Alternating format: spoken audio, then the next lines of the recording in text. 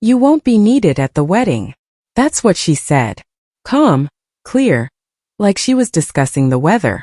And my son, my only son, stood there, eyes lowered, hands in his pockets, saying nothing. That was the moment I realized I had become a guest in my own child's life. You raise your children thinking they'll hold your hand when you grow old.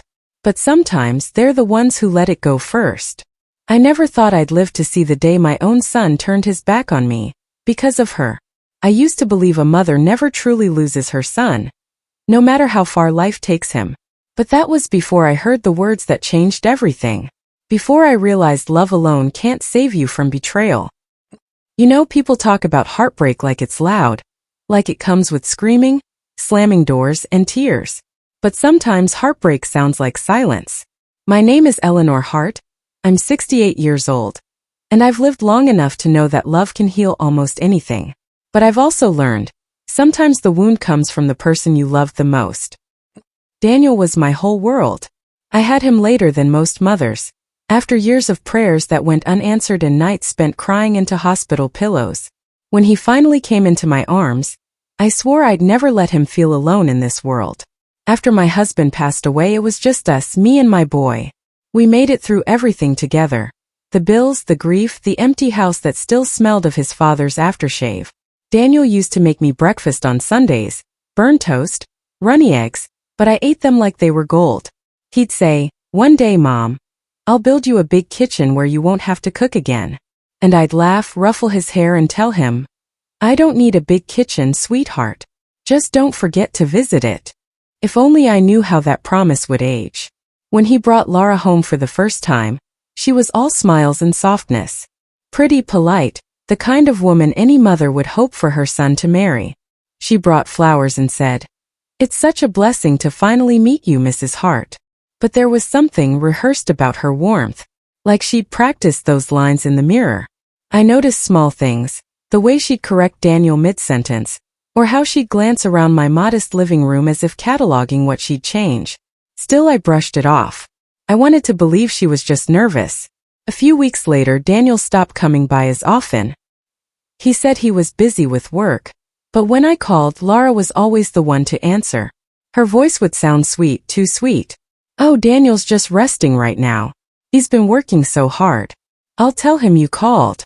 But something about the way she said, "I'll tell him," felt wrong, like she'd decided when or if my words ever reached him. Then came the little changes, the invisible kind that only a mother notices. He stopped laughing the same way. He stopped asking about my day.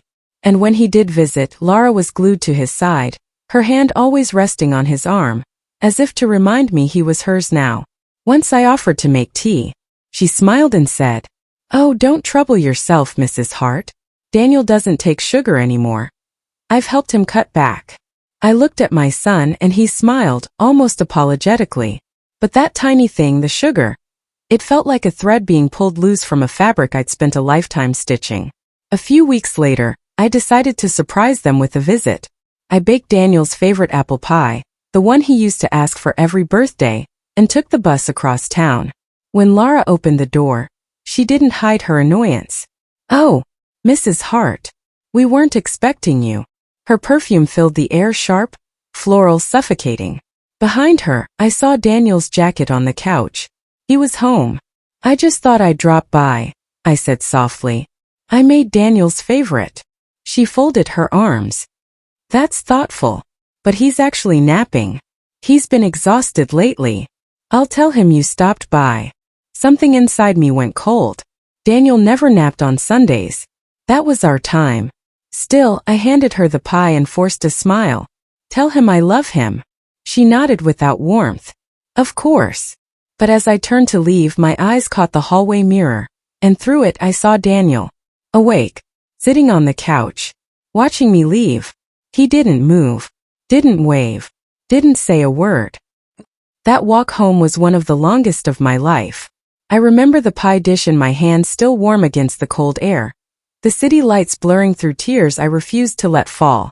When I got home, I placed the dish on the counter and whispered, "You can't lose what's yours." But deep down I already knew. I was losing him piece by piece, and she was the one taking those pieces away. Months went by in quiet suffering. Every call went unanswered. Every message delayed. And when Daniel finally did reach out, it wasn't to visit. It was to say, "Mom, Laura and I are getting married next week. It'll be small."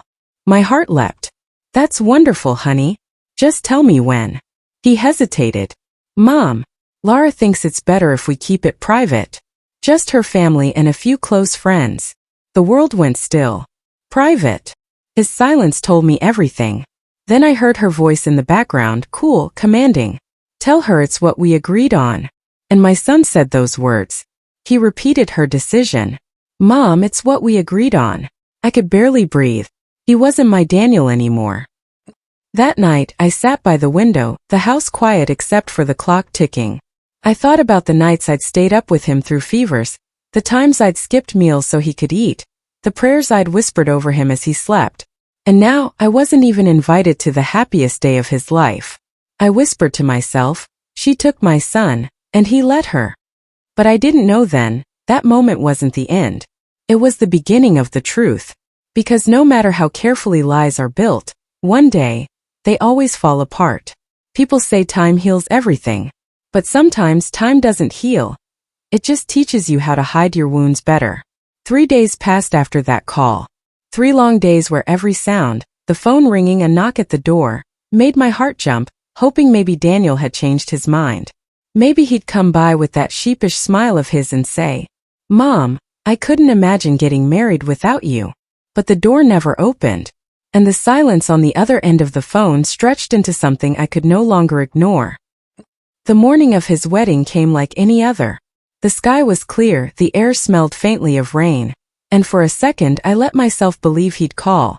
I even laid out the pale blue dress I'd planned to wear, ironed and waiting on the bed. It was simple, nothing fancy. But I had picked it because Daniel once said blue made me look soft and strong, like the ocean. Funny how we hold on to words that people outgrow. By noon there was still no call. By sunset I knew. I made myself tea, though I couldn't taste it, and sat by the window as the sun sank behind the trees. The streetlights flickered on one by one, and in that dim light my phone finally buzzed. A message from Laura. "We had a wonderful ceremony today. Everything was perfect. Hope you understand." No apology. No invitation. Just those words, "Hope you understand." Understand what? That I wasn't good enough to sit beside my own son on the most important day of his life? My hands trembled as I read it again and again until the screen blurred. Then I saw it, the photo attached below. Daniel in a suit. Laura in her white gown beaming. Her family around them clapping, laughing. And right there in the middle of it all, Lara's mother holding the bouquet I had offered to buy weeks ago. She had even used the same flower arrangement I'd suggested. Only, she never told me she liked it. I thought I'd be numb seeing it. But instead I felt something sharp, like a piece of glass inside my chest. That night I cried, but it wasn't just grief. It was realization. I realized I had been trained to accept crumbs and call them love. I thought back to every time Laura smiled that sweet smile while asking for help. "Mrs. Hart, the rent's a little tight this month. Would you mind helping with the groceries just this once? Daniel told me you're so good with managing money.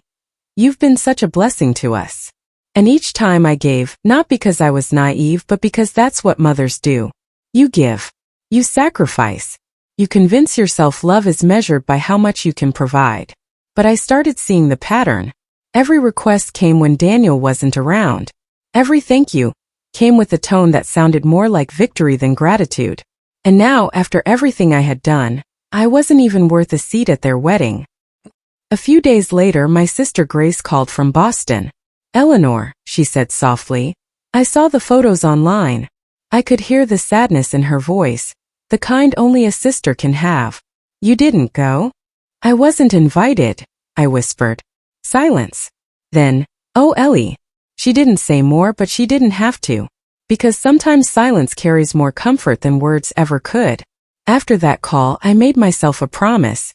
If I was no longer needed in my son's life, I would at least stop begging for a place in it. I deleted their photos from the frames around my living room. Not out of anger, but out of exhaustion. Every time I looked at them, I saw a version of Daniel that no longer existed. A week passed before I heard from them again. It was Laura, of course. Her tone this time wasn't proud, it was desperate. Eleanor, I'm so sorry to bother you, she said. It's just, the landlord's been threatening to evict us if we don't pay by Friday. We were counting on you to help, and I let her words fade into static. My mind was back to that photo, the smiling faces, the special people. Special people. That's what she called them. Her family. Not me. I waited for her to finish, then said quietly, "Oh, Lara. I thought you only ask help from special people." The silence that followed was so heavy. I could hear her breathing through the phone. "Eleanor, please don't be like that," she said finally. "We're family." Family. I repeated. Family doesn't erase you from their happiest day. Family doesn't use you like an ATM. She tried again, her tone cracking. "We're just going through a tough time." "Tough times," I said, "are when you see who people really are. And I've seen enough." Then, for the first time in 3 years, I hung up on her. That night I sat alone, feeling something shift inside me. It wasn't anger anymore, it was strength. Quiet, grounded, unshakable strength. I realized I'd been living like a shadow, orbiting around their needs, their moods, their convenience. But now the light had turned back toward me. The next morning I walked to the bank. For 3 years, I had made a monthly transfer to Daniel's account. I canceled it that day. The clerk looked at me gently. "Would you like to give a reason for cancellation, Mrs. Hart?" "Yes," I said, smiling faintly. "Because love should never need a receipt." That evening my phone rang nonstop, Daniel, then Lara, then Daniel again. I didn't answer any of them. Not out of pettiness, but because I knew if I did, I'd fall right back into their web. And I couldn't go back there. Not again. When the phone finally stopped ringing, I walked to the window. Outside, the street was quiet, bathed in the soft glow of the setting sun. For the first time in years I felt peace, the kind that comes after a long storm. But peace doesn't last when you're dealing with people who can't stand losing control. Because the next day, they showed up at my house. And this time they didn't come to ask. They came to take. And when I opened the door that morning, I realized my son hadn't come home to visit his mother. He had come to steal her life. The day my son came to take everything. I used to dream of the day my son would come home again. But when he finally did, it wasn't love he brought through the door. It was betrayal dressed as family. It was a Saturday morning, quiet, gray, the kind of morning that makes you want to curl up with tea and forget the world exists. I was halfway through folding laundry when I heard the knock. 3 sharp knocks. For a moment I froze. That rhythm, I'd know it anywhere. Daniel. My heart leapt before my mind could catch up. I rushed to the door, almost tripping over the basket. When I opened it, there he was, my son, standing on the porch. But he wasn't alone. Lara stood beside him, sunglasses hiding half her face even though it was cloudy. She smiled, but it wasn't warmth, it was calculation. "Mom," Daniel said softly. Just one word, and everything inside me melted. "Daniel," I whispered. "You came." He nodded, eyes darting around like he didn't know where to look. "We thought it's been too long. Maybe it's time to talk." Maybe it was foolish, but I believed him. I stepped aside. "Come in." They walked in like strangers, Lara's perfume filling the room, Daniel's steps hesitant. The home suddenly felt too small for all the silence it held. I gestured toward the sofa. "Sit, I'll make coffee." As I turned toward the kitchen, I caught Lara's voice, low, sharp. "Remember what we talked about. Don't lose focus." My hands froze around the coffee pot.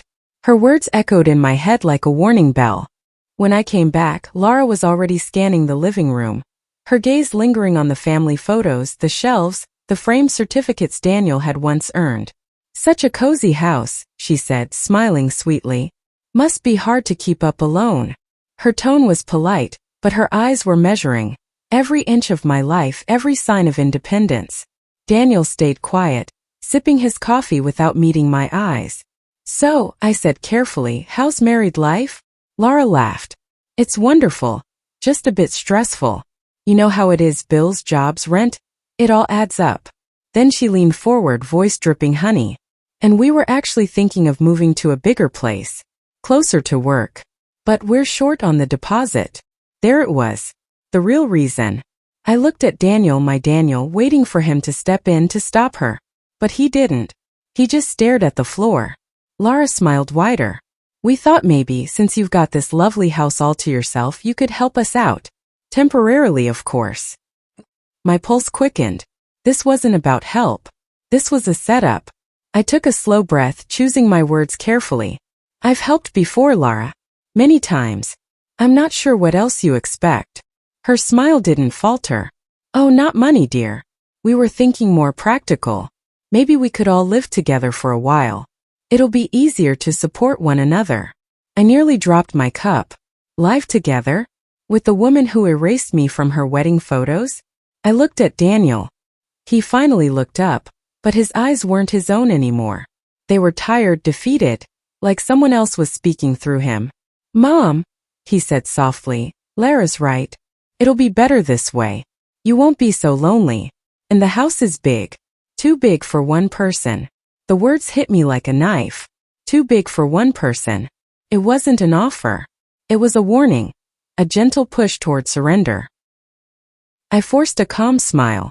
Daniel, darling, you're always welcome here. But I'm not ready to share my home permanently. I've built my peace here. Lara's smile thinned. Oh, Mrs. Hart, I understand. Change is hard at your age. At your age.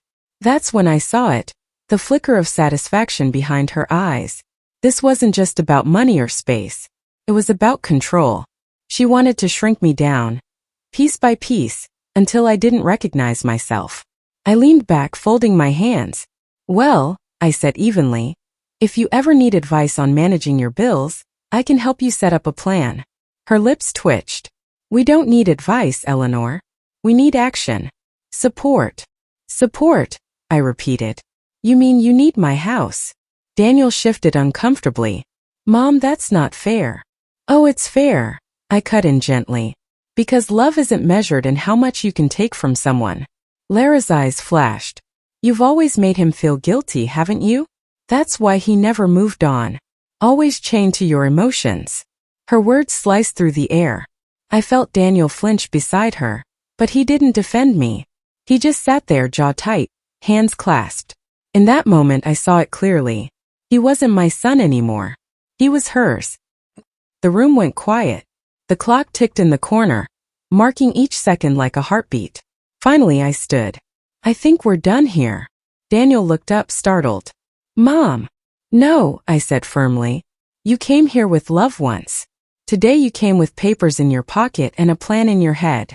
Don't pretend this is about family. Lara blinked, a flicker of guilt, quickly masked by a smile. Eleanor, she said softly, you'll regret shutting us out. You need us more than you think. I met her gaze. I used to believe that. But I've learned something, Lara. People who truly love you never make you prove it with property. They left not long after. No hugs, no goodbyes. Just silence and the soft slam of a door that used to mean home. I stood by the window, watching their car disappear down the road, my reflection faint in the glass. For the first time I didn't feel broken. I felt awake.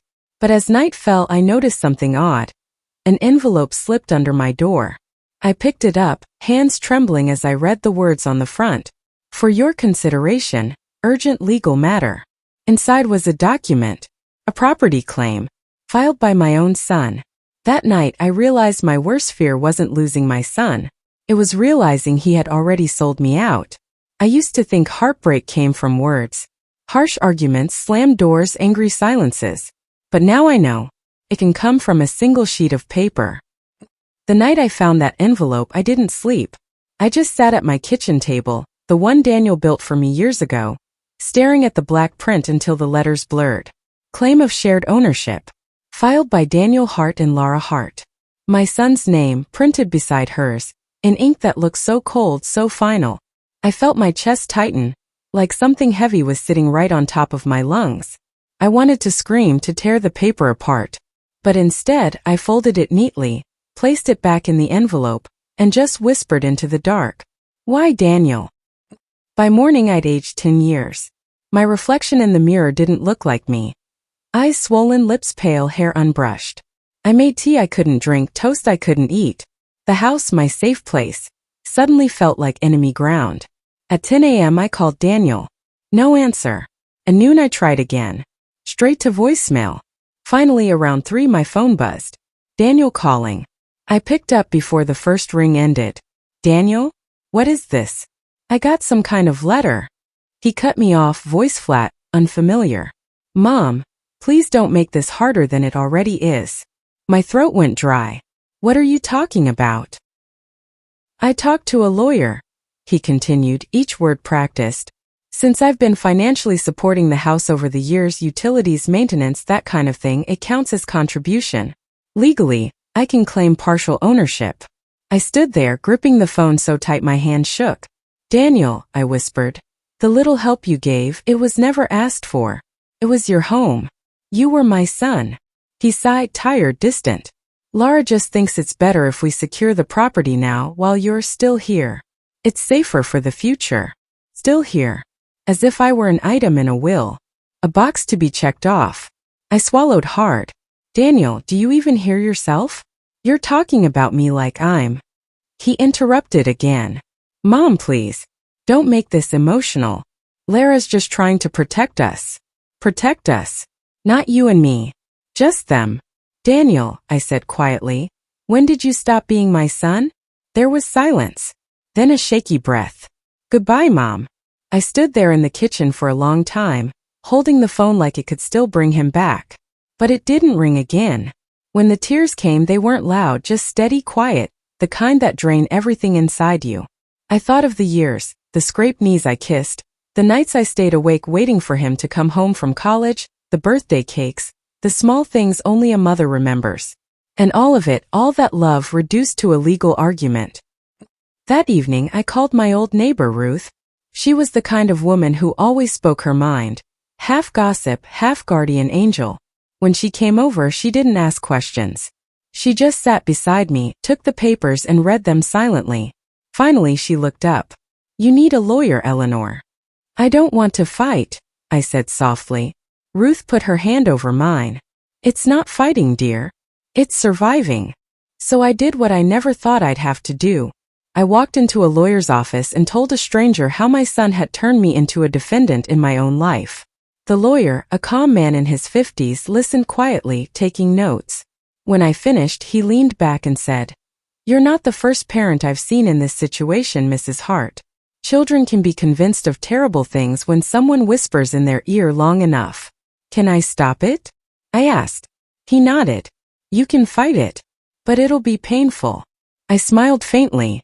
So is losing a son. That week I gathered every old receipt, every bank statement, every proof that the house was mine, truly mine.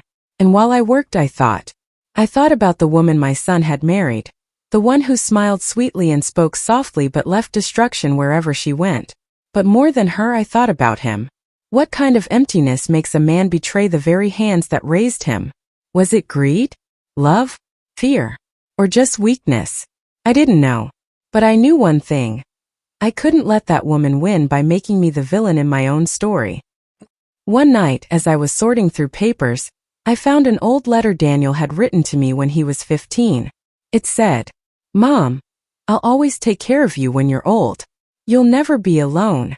The handwriting was messy, childish, but the promise felt heavier now. I pressed it to my chest and whispered, You already broke that, my boy. The next morning, I walked to the courthouse with my documents neatly arranged in a folder. The city felt colder than usual. Even the wind sounded distant. But as I stepped through those heavy doors, something inside me shifted. I wasn't just a grieving mother anymore. I was a woman reclaiming her name, her home, her story. That evening, I stood on my porch again, the same spot where Daniel and Lara had stood just days before. The air smelled like rain. The world was quiet. For the first time in months, I didn't cry. I just looked up at the sky and whispered, I hope someday you understand, my son. But until then, I'll protect what's left, even if it's just me. I thought the storm was over after filing the papers, but the real war began when Lara showed up at my doorstep again, smiling with a secret she wasn't supposed to have. Betrayal from family cuts deep, but betrayal from a community you've lived with all your life. That leaves scars you can't see. It had been 3 weeks since I'd filed my response in court. 3 weeks of silence from Daniel. 3 weeks of holding myself together with routine tea at 7, garden at 9, A slow walk to the mailbox by noon. I was beginning to find small moments of peace again, tiny patches of sunlight after a long storm. Then came the whispers. It started at the grocery store. Two women near the dairy aisle, neighbors I'd known for years, stopped talking when I walked past. One pretended to examine a carton of milk, the other stared at me, lips tight. First I brushed it off. Small towns love gossip. But by the third time it happened, the pit in my stomach grew. Then one morning Ruth called. Her voice trembled. "Eleanor, dear, I think you should know what people are saying." I paused mid-stir of my tea. "What do you mean?" She sighed. "Lara's been visiting people. She's telling them you're not well, that you've been confused, that Daniel had to step in to handle your affairs." The spoon slipped from my hand, clinking against the cup. She said, "What?" "She's painting you as unstable, Eleanor. As if you don't know what you're doing." My mind went blank for a moment. I had expected anger, even greed, but this was character assassination. Ruth hesitated. "I heard she even showed someone papers, said you signed over part of the house willingly." I sat down slowly, my heart hammering. "She's rewriting the story," I whispered, "making me look like the villain." That afternoon, I took my usual walk down Maple Lane. As I passed by Mrs. Cooper, who'd shared recipes and Christmas cards with me for 20 years, turned her head away. Mr. Lewis, the retired postman, gave me a tight nod but avoided eye contact. It was like being erased while still alive. Every step felt heavier. The world I'd known for decades, the place where Daniel grew up, where we'd celebrated birthdays and funerals, suddenly felt foreign. By the time I reached home, tears were already burning behind my eyes. That evening, as I sat staring out the window, I saw headlights pull into my driveway. A familiar car. She stepped out, her smile glowing in the porch light, confident, polished, as if she hadn't just turned my life into a neighborhood headline. I opened the door before she could knock. "What are you doing here, Lara?" She tilted her head, pretending surprise. "Eleanor, you look tired." I was worried. "Cut the act," I said, voice trembling with restrained anger. "Why are you spreading lies about me?" Her expression didn't change, just that calm, rehearsed sweetness. "Oh, I wouldn't call it lies. I'm simply helping people understand what's going on, so they don't worry about you." "By telling them I'm losing my mind?" Lara's eyes softened, fake concern.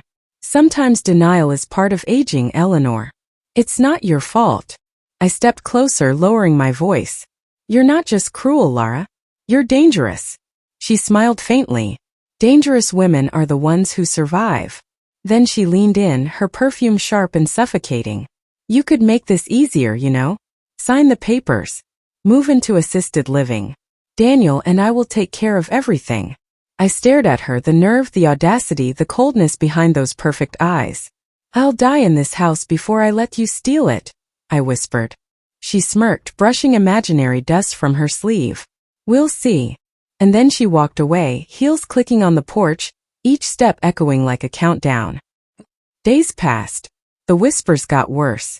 One evening, as I came home from the grocery store, I found a notice taped to my gate. "Elder neglect investigation. Pending." My stomach dropped. I ripped it down, my hands shaking. That was when I saw a figure standing near the hedge. A young man, mid-20s, wearing a courier's uniform. He looked nervous. "Mrs. Hart?" "Yes." He hesitated. "I'm sorry. I wasn't supposed to say anything, but I deliver for Lara's company." I overheard her bragging, said she sent a report to the authorities, pretending it was from a neighbor. My eyes widened. "She faked a report?" He nodded quickly. "Yes, ma'am. She said if people think you're unstable, the court will side with them." For a second I couldn't speak. This was beyond betrayal, it was war. The young man bit his lip. "I just thought you should know. My mother went through something like this." I couldn't stay quiet. I felt tears sting my eyes. "Thank you, son. You've done the right thing." He nodded, then left quickly, disappearing into the dusk. I stood there holding that crumpled notice, my mind racing. Lara had gone too far. And for the first time I felt something I hadn't in months: power. That night I wrote everything down. Every lie, every visit, every whisper I'd heard. And then I called my lawyer. When he answered, I said quietly, "It's time to stop defending Mr. Collins. It's time to start fighting." The next morning I woke with purpose. The fear was still there, but it had company now. Determination. I called Ruth and told her everything. She gasped, then said fiercely, "I'm going to tell people what she did. I'll make them listen." And she did. By evening, word was spreading. A different story this time.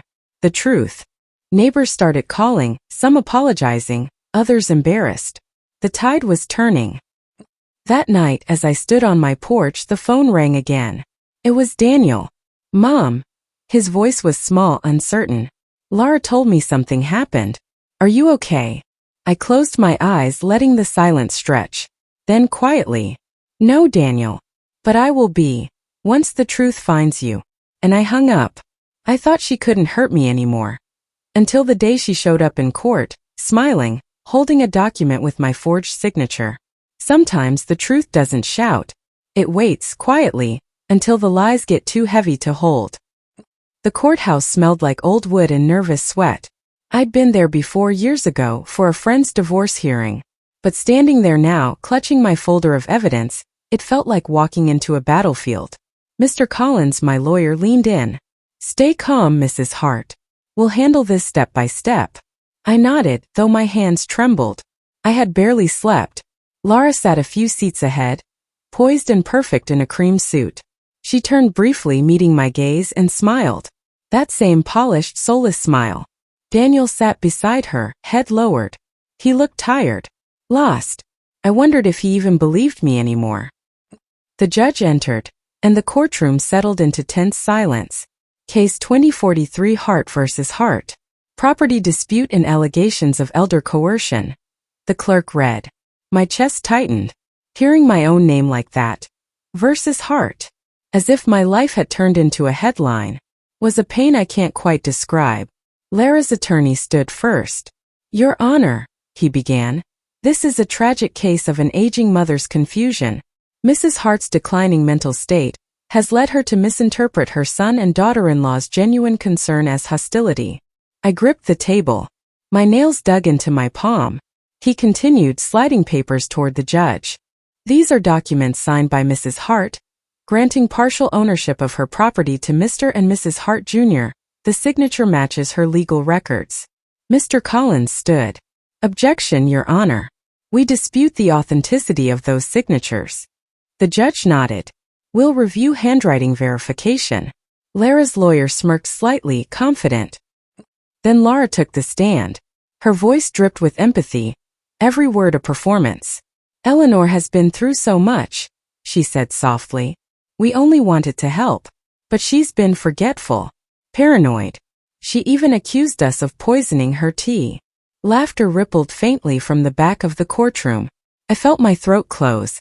How easily she twisted everything. Mr. Collins leaned toward me. "Don't react. We'll expose her." When he cross-examined her, his tone was calm but sharp. "Mrs. Hart, did you personally witness Eleanor sign these papers?" She smiled. "Of course. I was there." "And was anyone else present?" She hesitated, just a flicker. "Daniel was." "Your husband?" "Yes." Mr. Collins nodded. "Interesting. Because we have a sworn statement from your former assistant, saying you took these documents home blank and returned them signed the next day." Laura blinked. "That's ridiculous. She's lying." But for the first time her perfect poise cracked. Then came the handwriting expert, a thin man with spectacles and a magnifier. He compared my real signatures against the ones on the deed transfer. After 20 tense minutes, he cleared his throat. "Your Honor, these signatures show significant inconsistencies, particularly in the lettering. Mrs. Hart's hand naturally loops inward. This one loops outward. In my professional opinion, these are forgeries." A gasp rippled through the courtroom. Lara's face turned pale. Daniel's eyes darted to her, confusion and disbelief mixing like storm clouds. The judge frowned. "Mrs. Hart Jr., do you have any explanation?" Lara's lips parted, but no sound came. Mr. Collins rose. "Your Honor, I'd like to submit additional evidence. An audio recording provided anonymously to my client 2 nights ago." He pressed play. Lara's voice filled the courtroom, cold, unmistakable. Once the old woman's declared unfit, the house is ours. Daniel doesn't need to know every detail. The air went still. You could hear the sound of someone's pen dropping. Daniel's face went white.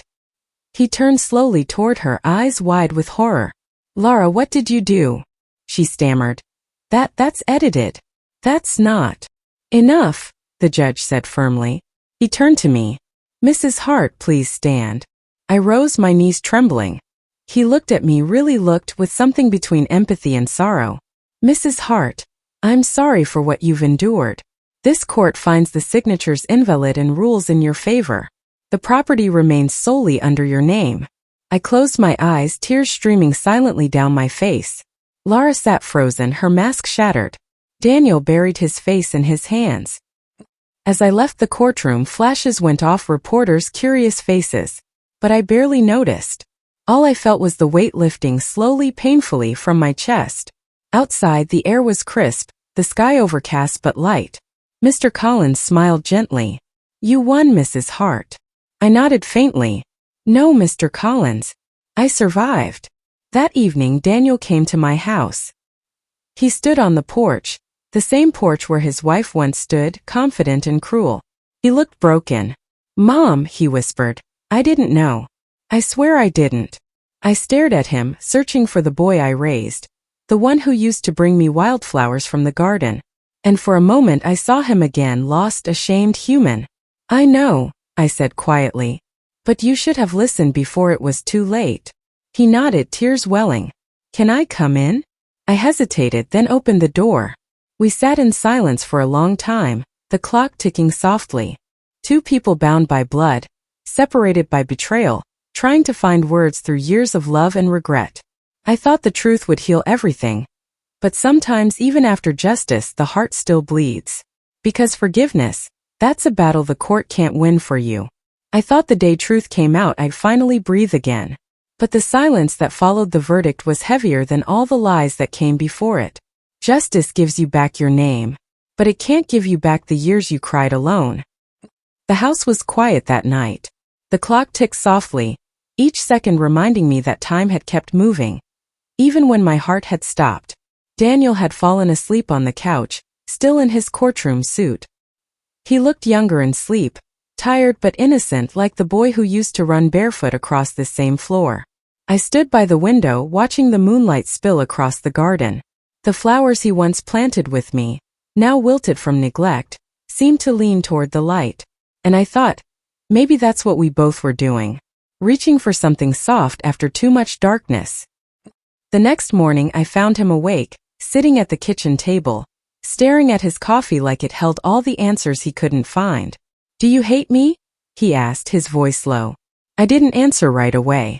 I just looked at him, really looked, and saw the guilt carved into his face.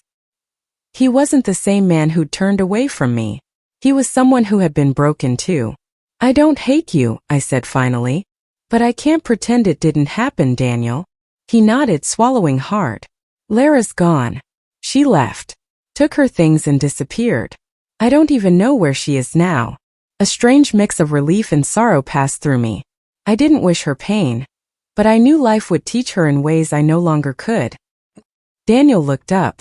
I thought I was protecting her, he said softly. She said you didn't trust us, that you wanted to keep everything under your name because you didn't believe I could stand on my own. My heart ached. Daniel, I wanted you to stand, but not on me. He blinked, confusion flickering across his face. I wanted you to build, not take. To learn what I did, that love isn't proven by signatures or deeds or control. It's proven by care, by showing up, by listening when someone's crying inside. His eyes filled with tears. Mom, I failed you. I reached out and took his hand. No, I whispered. You lost your way. There's a difference. We spent the rest of the morning in silence, sipping coffee, the kind of silence that doesn't hurt, the kind that heals. For the first time in months, I didn't feel like a victim. I felt like a woman who had walked through fire and finally found air again. A few weeks later, the court sent final documents, confirming my full ownership of the house. I placed them in a drawer and didn't look at them again. Because the victory that mattered most wasn't on paper. It was in the quiet way my son started coming home again. He helped me fix the garden fence. He sat with me on the porch at sunset, the way we used to when he was a boy, his head resting lightly on my shoulder. We didn't talk much about the past. Some wounds don't need to be reopened to heal. But sometimes in the way he looked at me I could tell he was saying I'm sorry. And in the way I smiled back I was saying I know. One afternoon as the light faded into a soft gold, he asked me something I'll never forget. Do you ever wish it all hadn't happened? I thought for a long time. Then I said, no, because pain teaches you what comfort never could. He frowned slightly. What do you mean? It taught me who I was when everything was taken away. It showed me how strong a mother's heart can be, even when it's breaking. And it taught me that forgiveness isn't weakness, Daniel. It's choosing peace in a world that tried to steal it from you. He nodded slowly, tears glimmering. Then he whispered, I'll never forget that, Mom. That night after he left, I sat by the window again. The house felt full, not of people, but of quiet understanding. The air was lighter. The pain was still there, but it no longer owned me. I looked at the stars and thought about all the mothers out there like me, who gave everything, and were left with nothing but memories and ache. And I wanted to tell them this. You can rebuild. Not the same house, not the same trust, but a stronger heart. One that doesn't depend on others to stay standing. Because sometimes life doesn't give you apologies. Sometimes it gives you silence, and asks what you'll do with it. I chose to fill mine with peace. If you've ever been betrayed by someone you love, if your hands have ever shaken while holding back words you can't take back, remember this. You can forgive without forgetting. You can move on without pretending it never hurt. And you can still find love again. Even if it's just in the sound of your own heart healing. They say time heals all wounds. I don't think that's true. I think forgiveness does. Not for them, for you. You know, I used to think forgiveness was for the ones who hurt us. But now I understand it's for the ones who survived it. When you finally stop waiting for an apology, you give peace a place to live. You don't forget the pain. You just learn to live without letting it own you. If someone ever made you question your worth, let this be your reminder. You can lose people and still keep your heart. You can break and still rebuild. Tell me, if you were in my place, would you have forgiven your son? Thank you for listening. Don't forget to subscribe and share your thoughts below.